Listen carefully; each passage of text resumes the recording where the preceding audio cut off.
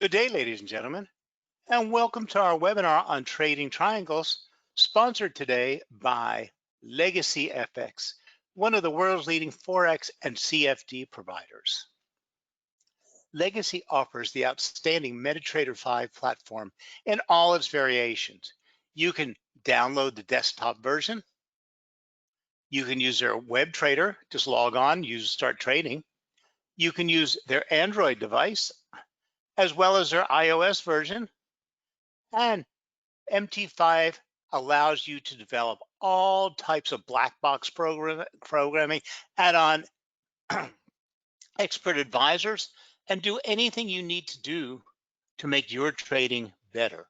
Now, if you want today, you can go to www.legacyfx.com and click on the Open Demo account and download the platform and set up a user account and start trading using their demo account to master their platform and improve your trading skills. So go to www.legacyfx and download the platform and open a demo account. See how well you do in trading.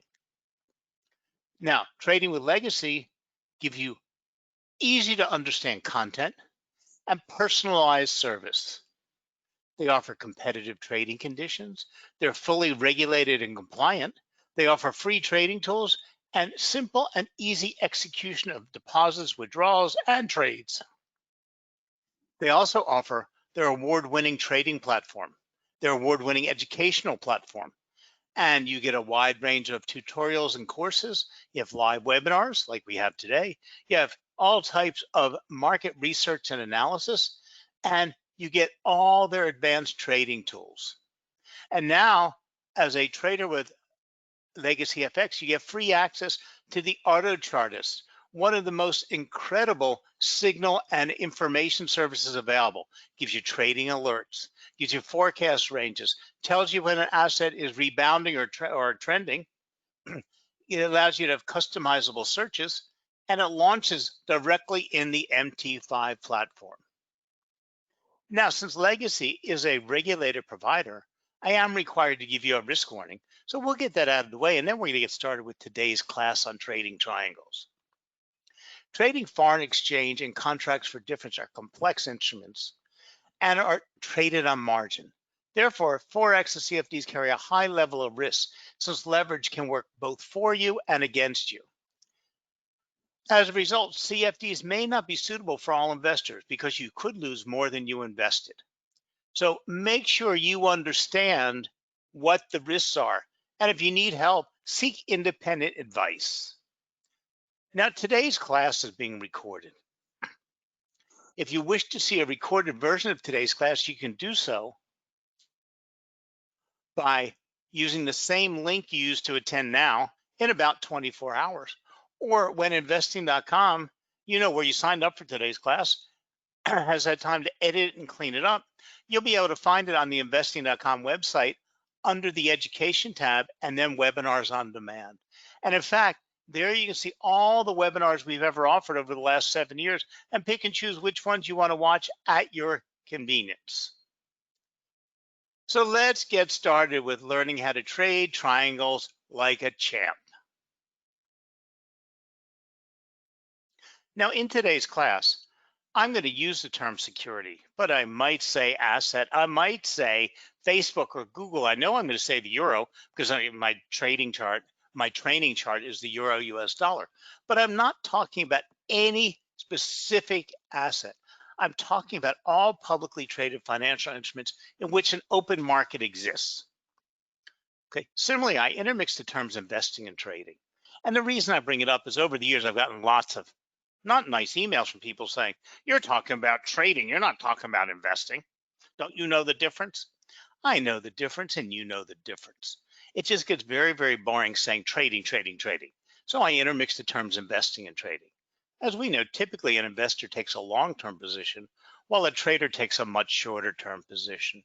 But in either case, the basic concepts and techniques are equally adept. Now, one of the first questions that people tend to ask me, whether I'm giving a seminar, a webinar, whether I'm doing a conference, a summit, an expo, wherever I'm meeting traders one-on-one, they seem to ask me right away, What should I buy today? What should I sell today? Where will prices be tomorrow and next week? Now, wouldn't investing and trading be easy if we knew the answers to these seemingly simple questions? But alas, I don't have a Ouija board. I don't have a crystal ball. And anybody who tells you they can tell you where price will be tomorrow afternoon or where it will be a week from now or where it'll be a month from now is full of it. That's why you're always reading about this analyst says that and that. You know what? They make so many predictions that 50% of the time they're right. And then for the next year, you hear all about this analyst. He called that one. Doesn't tell you about the 49 other ones he missed. Okay. Only you can make intelligent decisions by experience, knowledge, and education. But mostly it's about risk and managing your risk. But technical analysis is a very important field. And trading triangles falls into that because anything we actually do on a chart falls into the study of technical analysis, or we could call it chart analysis. Now, chart patterns are a very well documented piece of this technical analysis world. It's not something new. It's not something I came up with. It's not something, a couple of crypto traders came up with, or a couple of Forex traders. It's been around for ages. It's a tried and true understanding of the psychology of the markets. Okay. Now, pattern formations do not form a trading system, but rather provide an indication of the future trend of shares or assets as the price breaks key psychological barriers in the form of support and resistance lines. Boy, was that a mouthful. Didn't make much sense to me, doesn't say anything, but it's a mouthful. Now, I'm sure you've all heard about chart patterns for online trading and the relation to technical analysis. You've probably heard about double tops and triple tops, the head and shoulders and rectangles. You know what? I teach whole classes on them. I teach a whole class in chart patterns. I say, throw most of it in the trash can because most of it doesn't help us that much when we trade CFDs and Forex. Now, let me pop up for you a chart here. Okay, we're looking at a chart that I call market structure. Okay, I've got on here, we see in a normal trading session, double bottoms, bull flags, bull pennants, ascending wedges, descending wedges, triple tops, bear flags, bear pennants, inverted head and shoulders, inverted cup and handle, expanding wedge, cup and handle, head and shoulders. Now, about the most famous one of them all is head and shoulders. Fact is, head and shoulders works really well if you're maybe a long-term swing trader. You're a long-term investor. They don't work so well in our short-term trading windows.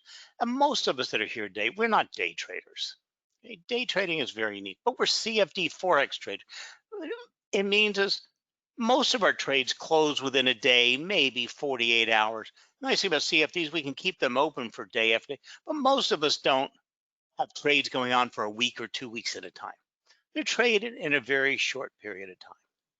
Now, I have found in my years of study that this, this,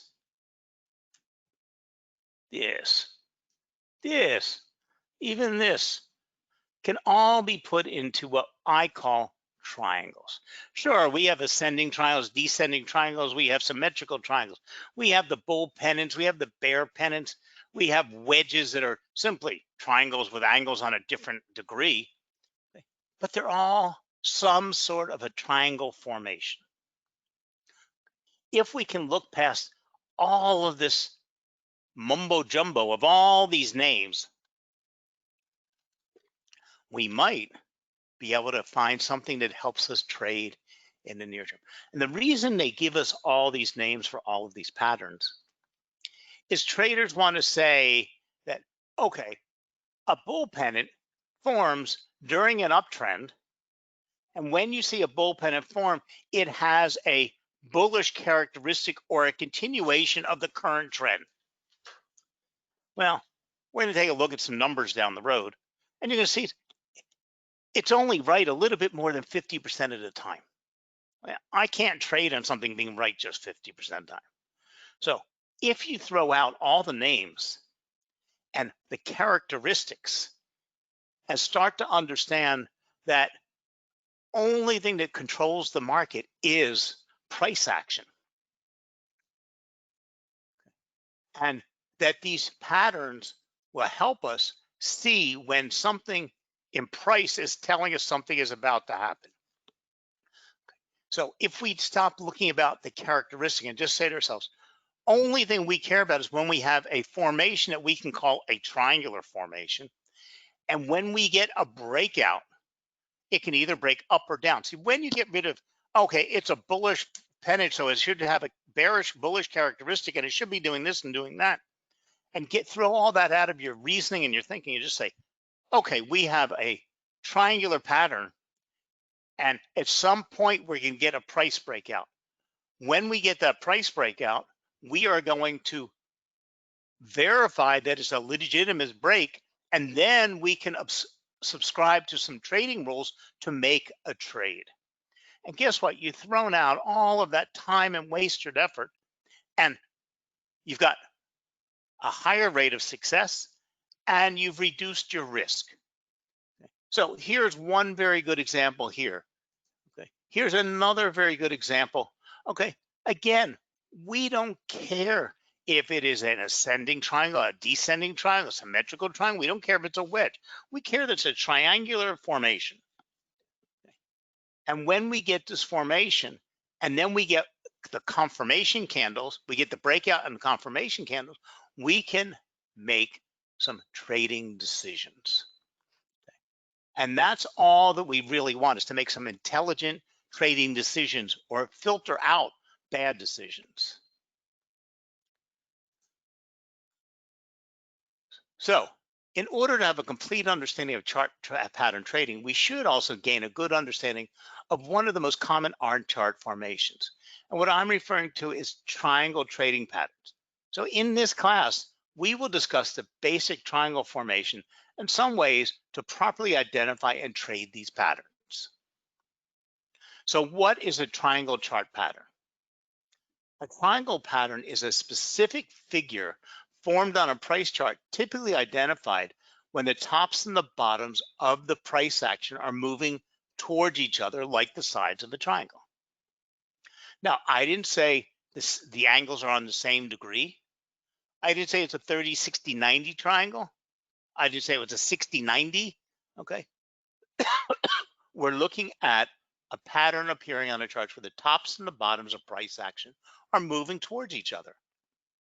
When the upper and the lower level of that triangle interact, traders expect an eventual breakout. Again, I didn't say a break up or break down, I said breakout from that triangle.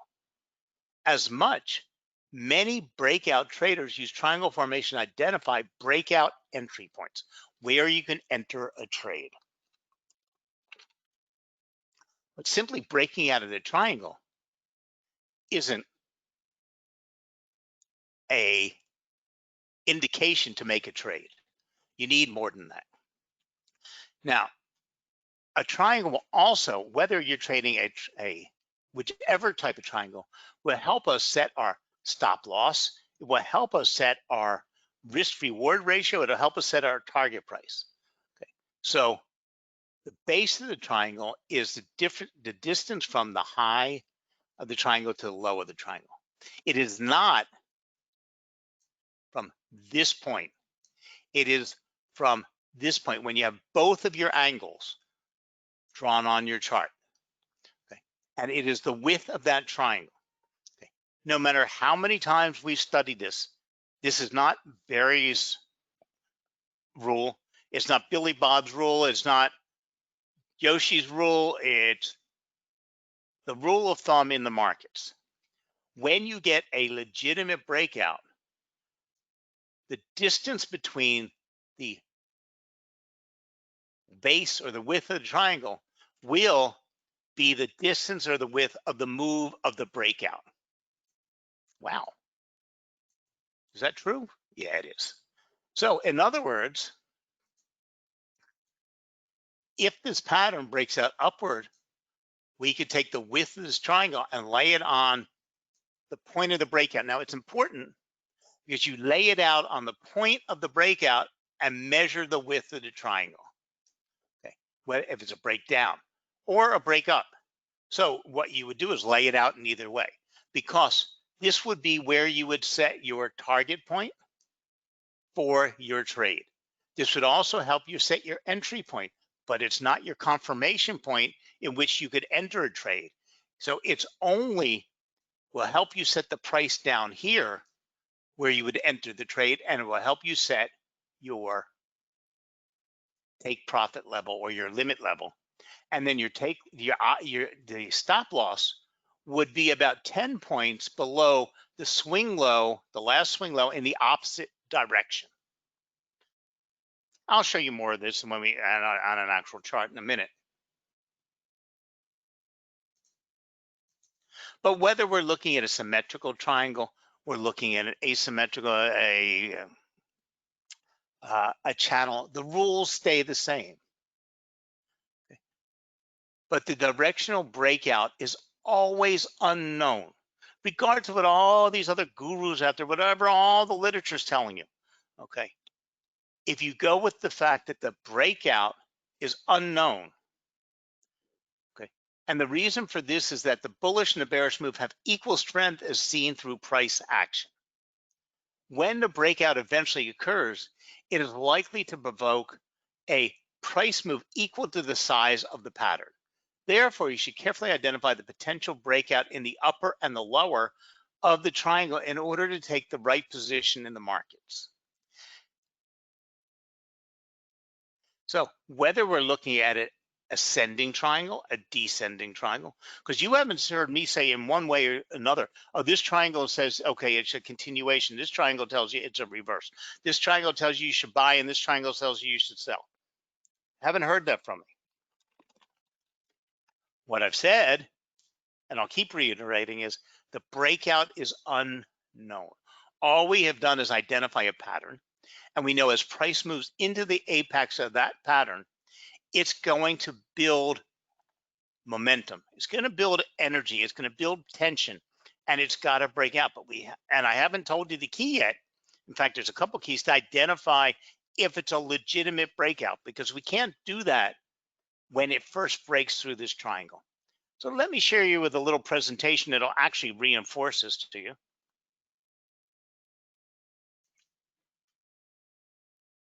And then we'll go on and talk more about how we can start incorporating this in their trades. The symmetrical triangle pattern is formed by two intersecting trend lines of similar slope. These two lines are converging at a point called apex. The coiling of price that happens inside the triangle will eventually result in a breakout. The breakout can occur in any direction, and the move is often as big as the base of the triangle. The ascending triangle pattern is easily recognized by a rising trend line intersecting with a flat resistance line. It is often regarded by traders as a bullish pattern because the price keeps bouncing off a resistance line that may eventually be broken. That descending triangle pattern is formed by a descending trend line intersecting with a flat support level. The repeated attempts of the sellers to push the price down can result in a breakdown through the support line. In all cases, the stop loss can be placed beyond the opposite trend line. The stop loss distance can be at least as big as the distance between the trend lines, measured at the moment of the breakout. A good place to place the take profit level is considered to be as far from the breakout point as the triangle base is wide. Choosing the take profit distance a little smaller than the base width, if the risk-reward ratio allows it, can increase the chances of price reaching it. These chart patterns have no predictive properties, but they may give hints about the forces involved in the market. Okay, so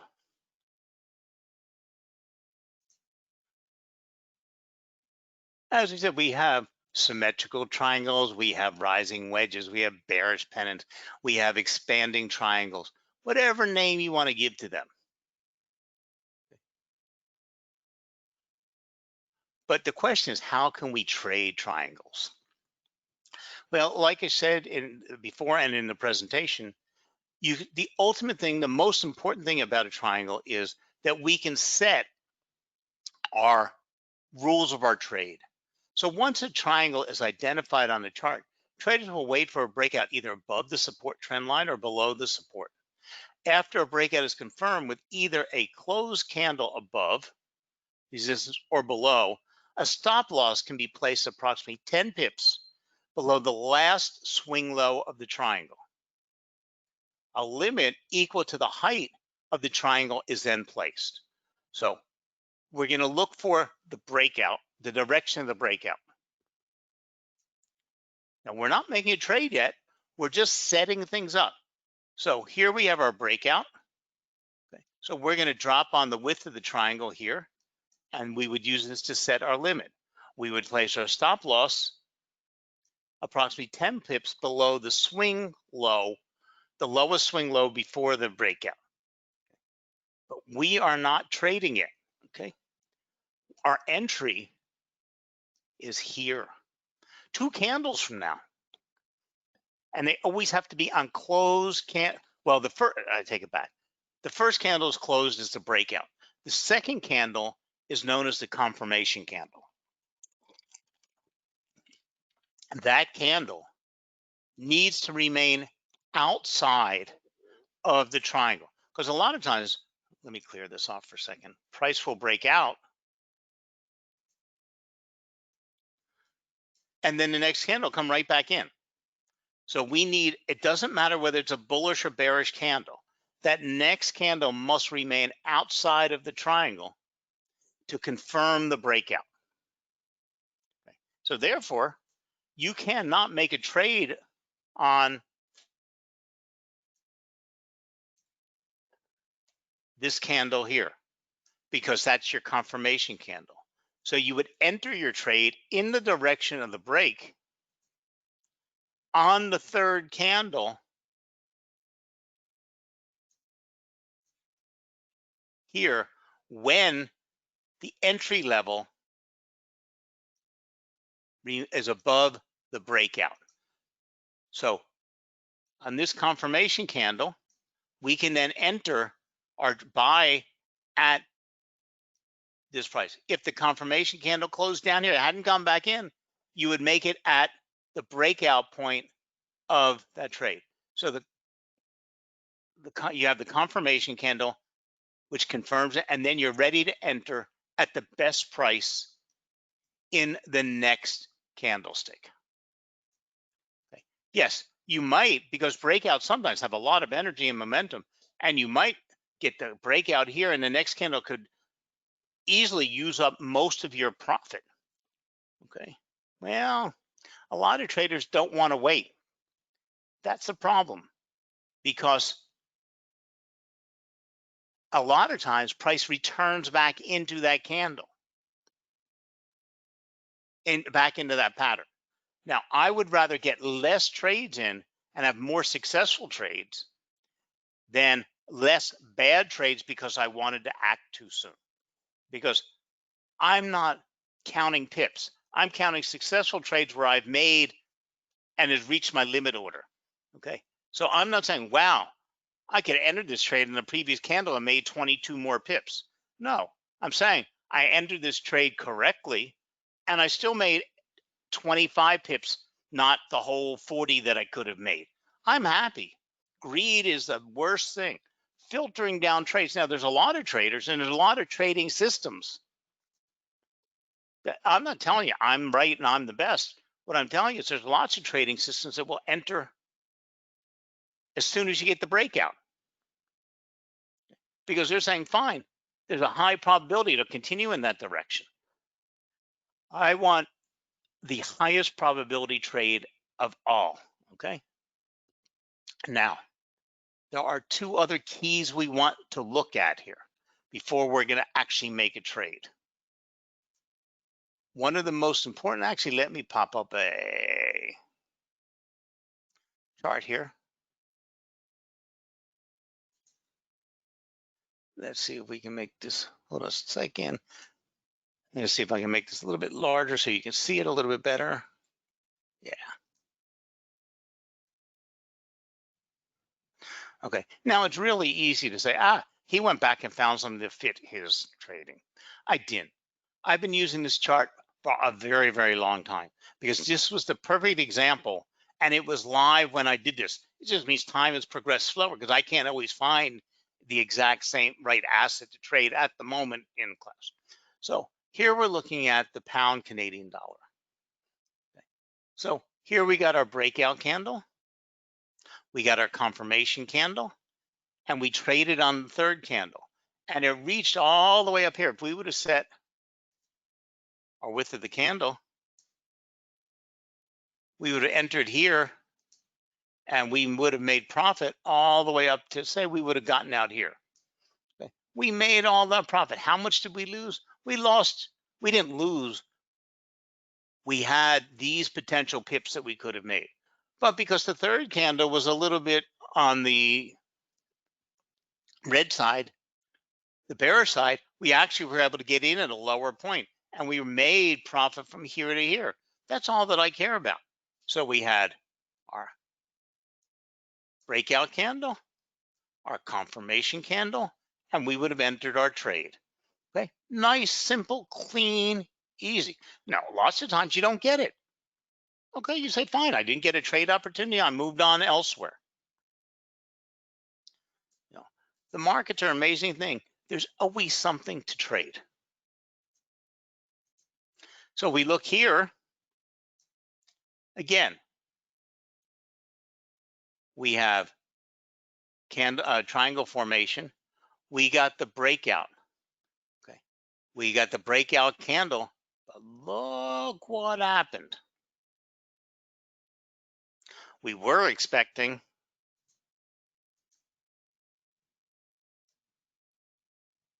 something like this, but what we got was, not so. And I have my candles backwards on here. Hold on a second. Let me just change the settings on here.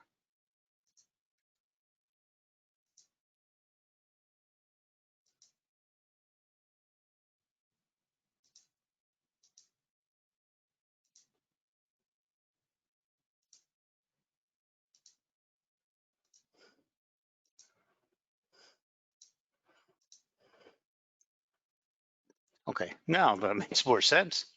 Okay, and here we have, but you can see where we set up our target.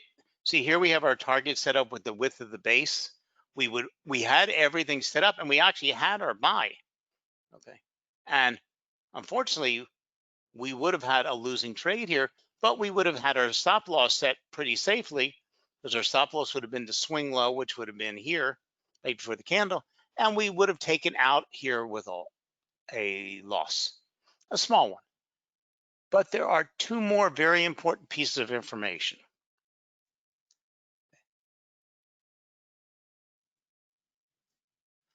Let's see, is we need to see two things happen. We need to see a shift in volume. Okay. If we don't see a jump in volume at the breakout, just walk away from the trade.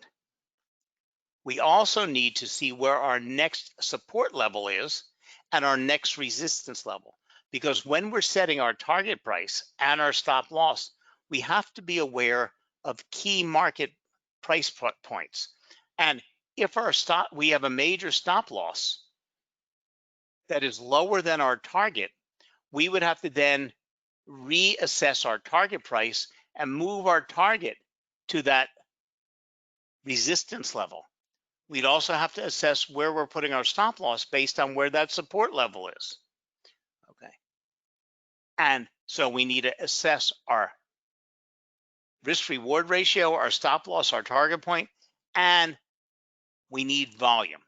So even if you get your breakout candle, your confirmation candle, your trade candle, and volume has not moved to support the breakout, do not enter the trade. Okay. So volume is, let's get ADX off of here and let's put volume on here.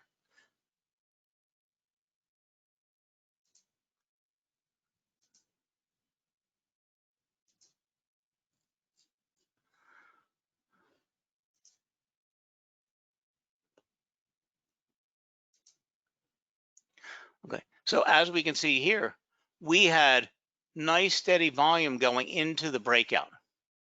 Okay, then we saw this jump in volume here with the breakout. Volume stayed up at the point we would have entered. Then we see volume ease, but it didn't fall, but we were already open our trade. And then we saw volume and buying pressure climb as it moved into the upward momentum. So it's an important factor to look at. Let's go back to my PowerPoint.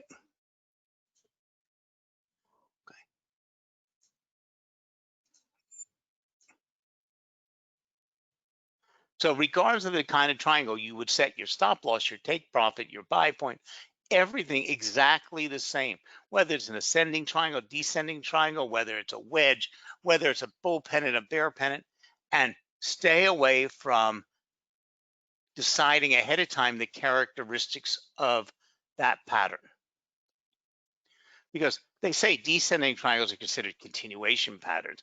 Therefore, a break in support prompts the price to fall. The pattern is negated if the price breaks the downward sloping trend.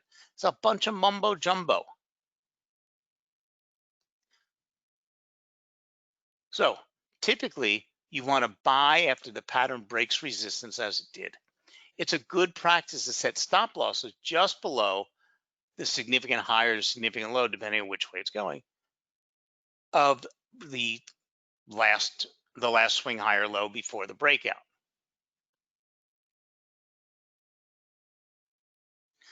Okay, because as I mentioned much earlier, these triangles and using these characteristics that have been applied to them are not reliable. We went back and looked at 165 symmetrical triangles and tried to measure their success rate. Okay, we looked at a 4-hour chart. Now, if it was a triangle that was predicting a bearish move, the maximum in the Canadian dollar that was right was 65%, and the yen it was 33. Same periods. The Japanese yen, the British pound, 52%. The average overall correct bearish prediction based on the triangle's personality or characteristics was only 54%.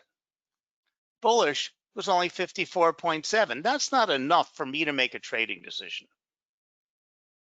Now, if we went back and took it to 1-hour charts, it even got lower.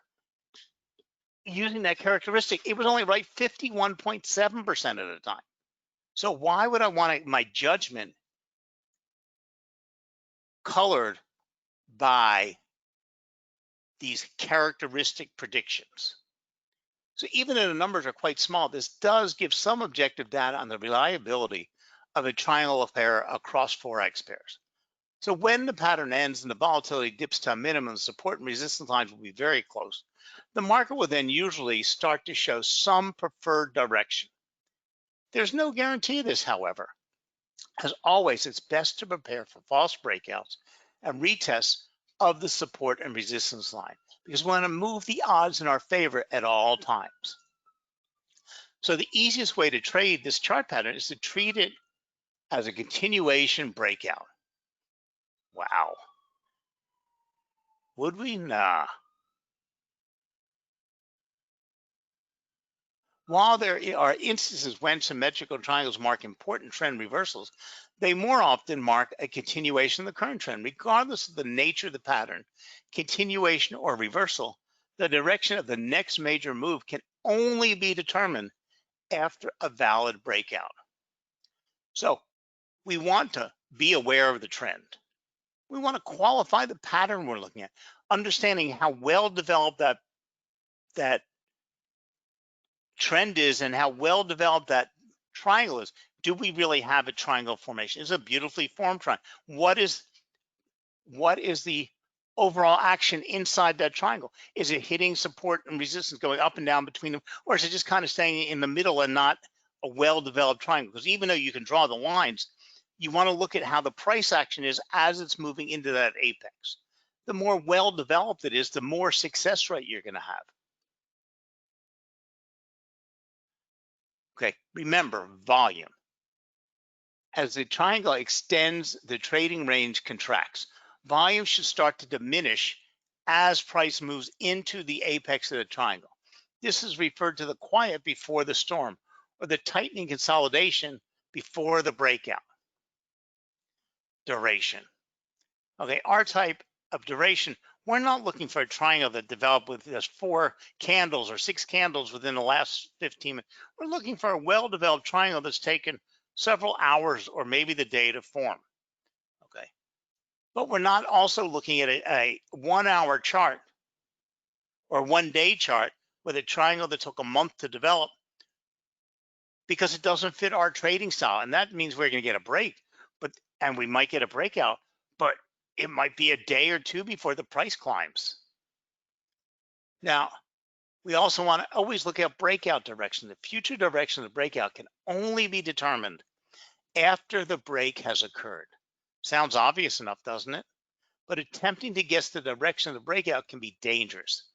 Even though a continuation pattern is supposed to break out in the direction of a long-term trend, this is not always the case. And we want breakout confirmation. The break should be on the closing basis for it to be considered valid. The breakout should occur with an expansion in volume, especially on upside breakouts. Now, we also have to be careful because price has a tendency to return to its apex. After the breakout up or down, the price can turn into future support or resistance.